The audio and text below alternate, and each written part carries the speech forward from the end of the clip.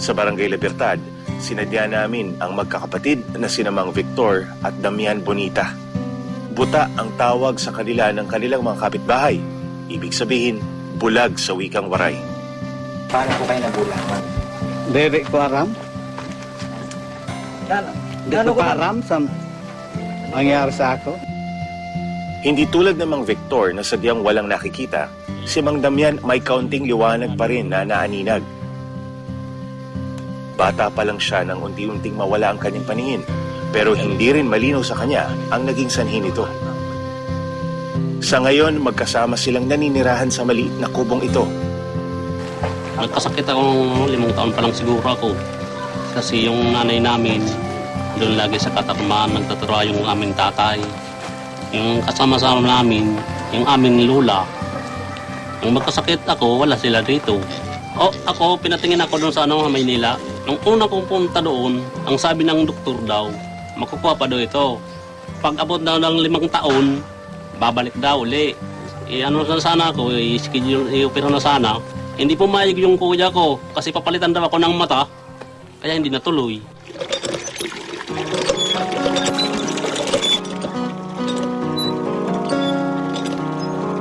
Wala silang kasamang kamag-anak na maaari sanang magbantay sa kanila.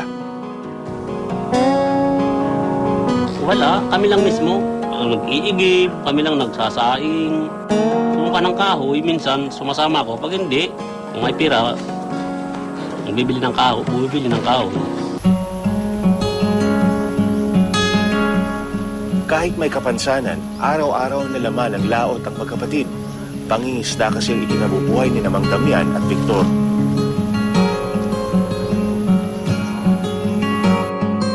Araw-araw nilalakad nila ang masukol na daan mula bahay hanggang Pampang nang walang umaalalay sa kanila.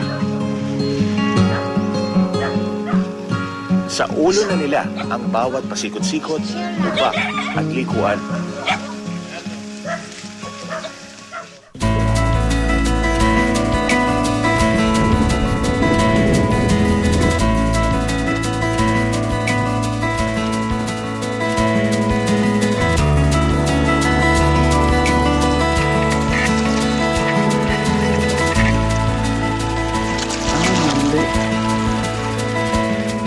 Pagsasarap ang tawag sa paraan ng pangingisda nila rito. Kung saan tinatalian nila ng lambat ang magkabilang dulo ng kawayan at saka ilalatag sa tubig at hihilahin para makakuha ng isda.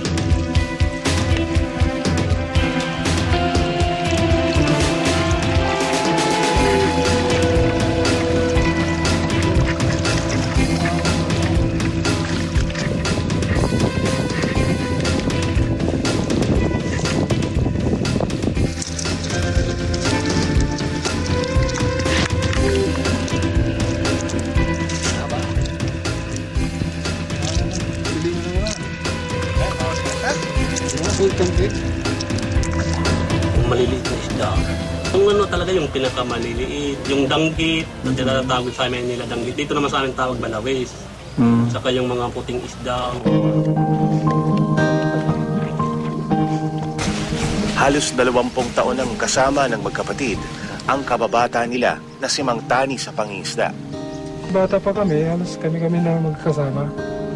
Kasi tapos yung pinsan nga niya, napangasawa ko na rin. Ako ang umaalalay sa kanila, ay sana natutumba dyan sa nagtitisod sa mga batuan. May nadadapa. Naawa, siyempre. Wala naman ako magawa. Hanggang naawa ko. Naawa ko dahil hindi sila nakakita. Hindi pa man daw nadidisgrasya si Mang Victor at Damian dahil sa kanilang kapansanan. Pero minsan nang tumaob ang kanilang bangka dahil sa malalakas na alon dulot ng masungit na panahon. Sapat na para sa magkapatid ang 100 piso na karaniwang kinikita nila sa pangingisda para makaraos sa araw-araw. Mahirap talaga kasi biro mo, inaabot kami ng magdamag sa dagat. Minsan wala kaming huli. Tapos minsan nakakahuli rin kami. Makakabili naman kami ng minsan 2 kilong bigas, yun lang. Napagkaitan man ng paningin, tila nakahanap naman sa isa't isa sina Mang Fabian at Victor ng karagdagang mga kamay at paa na nagsisilbing ilaw ng pag-asa.